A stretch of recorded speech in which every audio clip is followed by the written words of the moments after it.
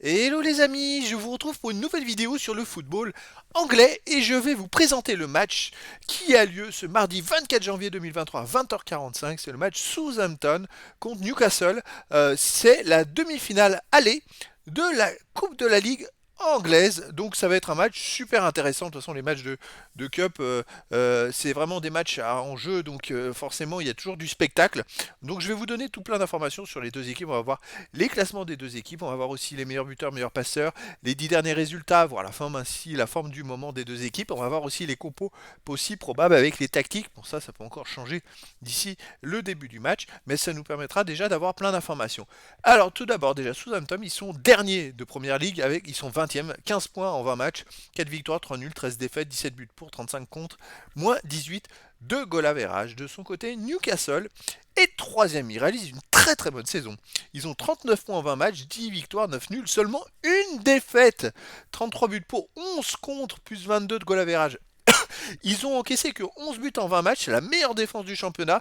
Ils ont fait autant de défaites qu'Arsenal, sauf qu'ils font plus de matchs nuls, c'est pour ça qu'ils sont loin du premier. Mais Newcastle réalise une saison exceptionnelle, les amis. Ils passent inaperçus, mais réalisent une saison exceptionnelle. Alors, pour les buteurs, on a le sixième buteur du championnat côté Newcastle, Miguel Almiron, 9 buts en 20 matchs. Et le 21e côté Southampton, James Ward-Prowse, qui a 5 buts en 20 matchs. Pour les passeurs décisifs, on a le 13e côté Newcastle, Kieran Trippier, 4 en 20 matchs. Et 45e côté Southampton, Romain Perrault, 2 en 18 matchs. Ouais, enfin, Southampton ne marque pas beaucoup de buts, hein. Ils ont mis que 17 buts, hein, quand même, hein. Allez, on va voir les 10 derniers résultats pour Southampton. Euh, je pense pas que ça doit être les bons résultats. À mon avis, il y a un petit bug de résultats là, les amis. Alors pour Southampton, ça va aller très très vite pour faire les résultats. C'est 4 victoires, tout simplement. Aucun nul et 6 défaites. Alors, vous voyez, donc ça, c'est pas du tout ce qu'il y a d'inscrit. Donc là, je le fais en direct. Pour les buts marqués,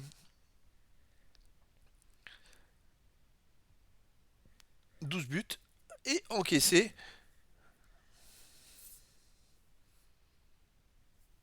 14 buts, voilà. Bon, ça va très très vite. Hop, donc les amis, c'est pas du tout comme ce que je vous avais inscrit. Newcastle, d'ailleurs, il va falloir que je fasse la même chose sur Newcastle. Mais Southampton, c'est 4 victoires et 6 défaites. Ils ont du mal à faire des matchs nuls, donc à peu près, après, tant mieux. Au moins, il se passe quelque chose.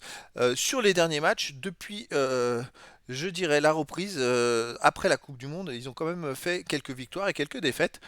Donc pour une équipe qui est dernière de championnat, elle a quand même gagné à la 20e journée à Everton de buts à 1. Elle avait gagné en quart, alors ça c'est vraiment improbable, en quart finale de la coupe. Ils ont battu Manchester City 2 buts à 0.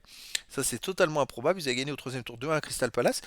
C'est étonnant pour une équipe 20e et dernière de Première Ligue de gagner comme ça 3 matchs, dont une victoire contre Manchester City. Donc ça, c'est vraiment pas mal.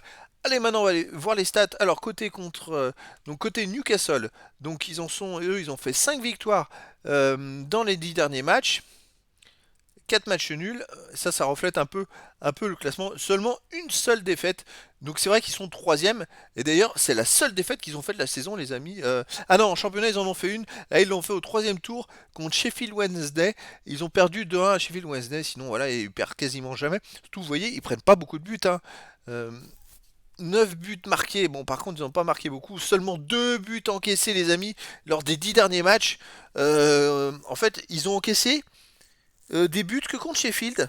Sinon, ils ont fait, tous les 9 autres matchs, même à Arsenal, ils ont fait 0-0. C'est une équipe assez étonnante, hein, parce que contre Chelsea, ils ont gagné 1-0. Ils ne prennent pas de but. Bon, c'est fou. C'est-à-dire que là, hormis, bah, d'ailleurs en championnat, ils ont dû faire 1, 2, 3, 4, 6. Sur les 6 derniers matchs de championnat, j'ai pas au-dessus, au-delà, ils ont pas encaissé de but. C'est incroyable. Moi, je m'attendais pas à ça. Une telle performance. C'est vrai que j'analyse beaucoup de matchs, mais là, Newcastle a fait une performance assez dingue.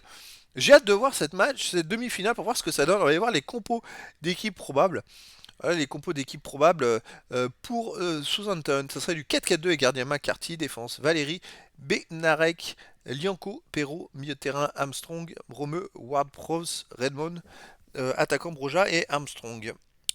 Pour Newcastle, c'est du 4-5-1. Alors, c'est avec une tactique comme ça qu'ils arrivent à encaisser si peu de buts. Gardien Dubravska, défense Kraft, Char, Lassell, Murphy, milieu de terrain Almiron, Longstaff, Hendrick, Shelvey, Jolinton, attaquant Isaac. Il n'y a pas de star non plus. Ça doit être vraiment derrière masqué par un superbe jeu collectif, les amis.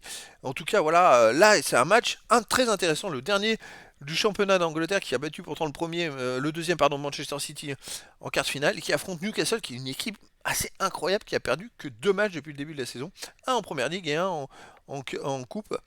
En tout cas, voilà les amis, je vous donne rendez-vous ce mardi 24 janvier 2023 à 20h45 pour la première demi-finale. Allez, de la Coupe de la Ligue anglaise, Southampton contre Newcastle. Voilà les amis, je vous dis à très bientôt pour une nouvelle vidéo.